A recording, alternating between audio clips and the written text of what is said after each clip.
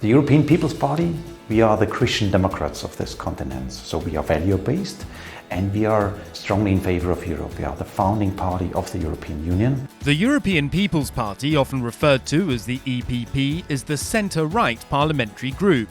It's the largest political group in the European Parliament with 182 seats.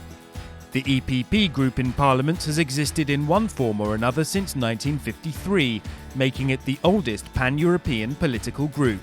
We are the party who wants to have strict and strong border control, with a readiness to help people who really need our help. We need fair trade agreements, so a global dimension is for us important.